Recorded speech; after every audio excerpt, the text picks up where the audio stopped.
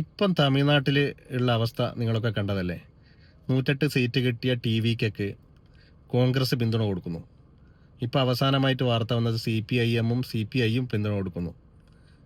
എന്തുകൊണ്ടെന്നറിയില്ല, മുസ്ലിം league പിന്തുണയ്ക്കുന്നില്ല. മുസ്ലിം league അതിന് പറയുന്ന കാരണം DMK ആയിട്ടുള്ള രാഷ്ട്രീയപരമായിട്ടുള്ളതിനേക്കാൾ അപ്പുറമുള്ളൊരു ബന്ധമുണ്ട് എന്നുള്ളതാണ്. സത്യത്തിൽ ഇങ്ങനത്തെ ഒരു അവസരത്തിൽ CPIM-ഉം CPI-യും കോൺഗ്രസ്സൊക്കെ എടുത്ത തീരുമാനമല്ലേ ഏറ്റവും നല്ല തീരുമാനം.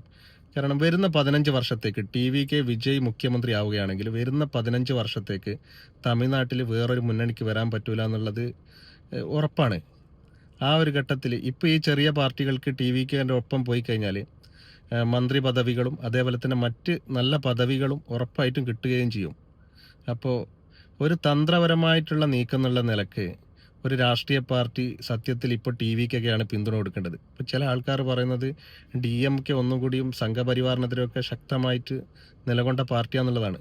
ശരിക്കും പറയാന്ന് വെച്ചാൽ വിജയുടെ TVKയും ആ രീതിയിൽ തന്നെയാണ് പ്രവർത്തിച്ചതെന്നാണ് ഞാൻ മനസ്സിലാക്കുന്നത്. മാധ്യമങ്ങൾ ഇതിനിടയ്ക്ക് BJP ആയിട്ട് കൂട്ടുചേരാൻ നോക്കിയിട്ടുണ്ട് എന്ന് പറയുന്നതല്ലാതെ TVക്ക് ഒരിക്കലും എവിടെയും പറഞ്ഞിട്ടില്ല. അവർ ശക്തമായിട്ട് സംഘപരിവാറിനെ എതിർക്കുകയും BJP RSSനെ പോലത്തെ പാർട്ടികളെ എതിർക്കുകയും ചെയ്തിട്ടുണ്ട്. അപ്പോൾ ഏറ്റവും നല്ല തീരുമാനമാണ് എടുത്തത് കോൺഗ്രസും CPI-യും CPI എന്നാണ് നമ്മളൊരു അഭിപ്രായം.